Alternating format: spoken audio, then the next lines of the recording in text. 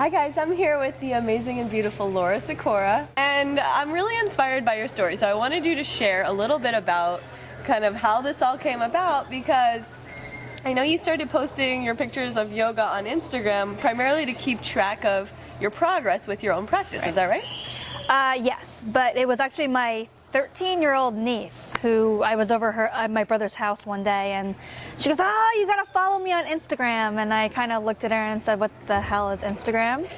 So she kind of made me sign up, and for the first month or so I didn't really post anything because I didn't really know what to post, and then it kind of hit me that I should post my yoga and kind of track my progress that way. So that's kind of how I started on Instagram. It's so cool. And two things. First of all, you have incredible photography so that your pictures are always really clear and high definition.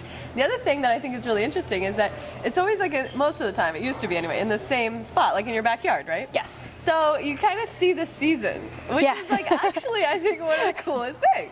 It's like winter, spring, summer, fall, and then winter, spring, and it's going back around, and people get to like really relate to the fact that time is changing and your progress was in alignment with the time. Yeah. So it was like so beautiful. And I think even my photography, because that's kind of like my second hobby, right? So that has gotten better over the years too, because I practice every day with that too. So definitely different angles, like expressions, and then you brought your kids into the pictures. And it was so they were always with me behind, the camera anyway. So, at one point they started kind of jumping in while I was taking pictures, and I kind of just said, "Hey, okay, I'll take a couple shots with them, and hopefully when they're older they'll kind of like look back and be like, wow, my mom was really cool." You're never going to stop being really cool, so they don't have I don't know, once they hit like 13, 14, it might happen where they don't think I'm very cool anymore. Yeah, they go through that phase. Then they go back to your They might hate me at one point, but probably not. You're too awesome. So another thing I wanted to talk about was the Two Fit Moms that you and your friend created this concept, Two Fit Moms, and I want to just share a little bit about that and what that means to you and how that came about. I got my friend from high school, Masumi, into yoga. She was having a lot of autoimmune flare-ups with her body. So I said, "Why don't you try yoga?" And she was very adamant at first to try it because the only thing she knew about yoga is what her mom did. And her mom was very gentle, flow, and if you know Masumi, she's very like strong and gung-ho and like into fitness. So I said, "Well, try my style of yoga," and she really got hooked on it. So after she started doing it, I said, why don't we get certified to teach and create a kind of a business together where we could inspire other moms around the world who want to get healthy and who want to get a better life, and they don't know kind of how. So that's kind of how that came about. I just love it. And to bring the kids into it, I used to teach kids yoga, so I love to see parents and children. It's interesting with them. It's adorable, and it's cool. You see your daughter's really into it, the son's really not, which is very common, He isn't into it, but if I go into school with him, like he tells everyone, like, "Oh, my mom does yoga," and like he'll show them certain poses, so he's watching. That's good. Yeah. That's so cool. It's funny to see how they're receptive in different ways. Yeah. You refer to your daughter as a diva all the time. Yes. And she is. She's got like her own little yoga outfits, and she's so The attitude cute. has already started. Yeah. How old is she? 5? She's 5. So cute. Yeah. She's definitely going to be something to watch as she I will gets older. definitely need meditation when she turns like 13, 14. Definitely. So now, so I had a similar kind of story a little bit to you, and I wanted you to share how you came out of your corporate job and what that felt like, because when you started, you had an office job, right? Yes. I had been working for a software company for probably over 10 years, and I was really unhappy with it. It wasn't what I wanted to do. And when all this came about and I got certified, I finally actually built up the courage to leave it. It took a long time. I could have left it probably earlier, but I was just so scared to. And I finally did it, and like I still remember the last day at work and walking through the doors and out of the office, and it was just like, sunshine and angels and, people singing in the background, like, it was just like a slow motion walk to my car, like the final day in the office. And it was just like awesome to know. Yeah. Yeah. What a beautiful moment, you know, and it's something to aspire to. There's so many people in the world who have a dream maybe in their mind, and somehow they're just trying to think, how can I get there? And you're such a great story of success in that sense. Just can't give up, and you have to chase your dreams down and, you know, work hard. I think anyone can do anything that they want and be happy, you know, so I think that's the most important part. Absolutely. Yeah. You know, and you said something, you were teaching the other day, and you said something I really love, if you want to share it, was if you're not there yet, how does that go? The John Lennon quote?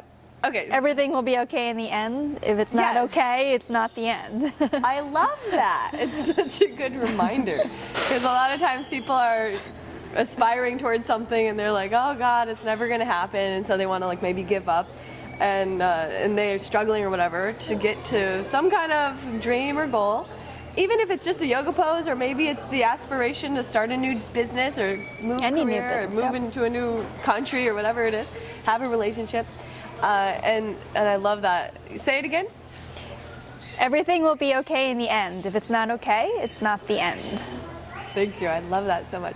I just want to actually, I had one more thing I wanted to talk to you about, which is, you know, my friend Kino and I were creating this yoga TV network, and we want to do the Two Fit Moms show. So we were talking about that, and we were like, what would that look like for you? So if there was like a show about kind of like, what is your passion and your purpose, and how we could share that with the world, what would that show look like for you? I know the other day you kind of mentioned some ideas, which I really liked. Just trying to get moms active and you know, finding time in their day. I think, you know, I think that's the most, you know, the complaint we hear a lot, you know, with moms and having a job and having a family, is that they have no time in their day. And also feeling guilty if they pull themselves away from their family, you know, to go do something for themselves. And I think it's really important that, you know, the kids are fine for an hour without you, you know, like the world is not going to fall apart, and, you know, you have to take time for your body and for your mind, and really do something for yourself and not feel too guilty about it. So that's such a great point. Oh, and one other thing I wanted to talk about, because there's the Two Fit Moms side of Laura, and then she has the Laura Sykora, which is her own thing that she's got going on, and it's really awesome. Now you're teaching all over the world. You have different countries, different locations, pretty much almost every month. It's maybe interesting, more. Yeah. You know, because I really love to teach and to share kind of like my knowledge of you know, yoga and you know, how I practice, and so I'm loving traveling and meeting new people all the time, and just teaching. So we've really loved having you here in Mexico. So right now we're actually in Mexico. This is the last day of our retreat here at Chichen Itza, which is one of the 7 wonders of the world. We got to do sunrise yoga at the pyramid, so that was like amazing, super beautiful, amazing experience. Like life, you know, can stop. We have that check off the list, right? Yeah. No, but your classes have been so fun. Everybody's loved it. You bring such a playfulness, but at the same time such a strength. So the strength and the playfulness is just... I'm a goofball. It's beautiful. Yeah. It's beautiful. I love how you start your classes with an inspirational concept, and then you bring it straight through to the end. So that's been incredible. I think you're an incredible teacher. Thank you're going to impact so many more people just traveling around the world, offering your gifts. And if you have anything you want to share about the retreat or being here in Mexico, or I love Dashama. She's such a little firecracker. And like from the moment we met, like, you know, because we had never met like physically before the retreat, and it was just like, you know, just meeting an old friend, and easy to talk to, easygoing, beautiful teacher, and I learned a lot. So I love you. I love you. So happy to have you. You got to see our toe touch video.